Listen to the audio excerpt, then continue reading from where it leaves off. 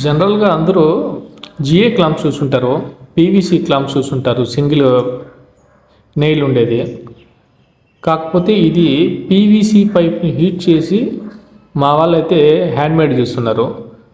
కొద్దిగా మనకి GA clamps మనకి వాటర్‌కి తుప్పు పట్టి రాలిపోతున్నాయి కాబట్టి కొద్దిగా డిఫరెంట్‌గా ట్రై చేద్దామని చెప్పేసి అయితే చూసాము. చూడొచ్చు మీరు ఆ క్లాంపులు ఎలా ఉన్నాయో. ఆ క్లాంప్స్ అవన్నీ కూడా హీట్ చేసుకొని మనకి ఒక షేప్ వచ్చేలాగా చూసుకొని దాని తర్వాత మనం స్క్రూ మిషన్‌తో అయితే హోల్ చేసి పెట్టుకుంటున్నాము. కొన్ని సందర్భాల్లో అయితే మనం ఇలా కొద్దిగా టైం తీసుకున్నా కానీ టైం టేకింగ్ ప్రాసెస్ అయినా కానీ ఇది కొద్దిగా మనకి బెటర్‌గా ఉంటుంది. కాకపోతే ఎండ్ రిజల్ట్‌లో అయితే మాకు అంత స్ట్రాంగ్ అనిపియలేదు. ఎందుకంటే మేము వాడిన పీవీసీ పైప్ అయితే ఏదైతే ఉందో అది అంత క్వాలిటీ కాదు. అదే పైపు మన గేజ్‌లో గానీ 4 ఇంచ్ పైప్‌లో ఏదైనా కానీ ఇలాంటి క్లాంప్స్ కానీ చేయగలిగితే ఎక్సలెంట్‌గా ఉంటుంది క్వాలిటీ.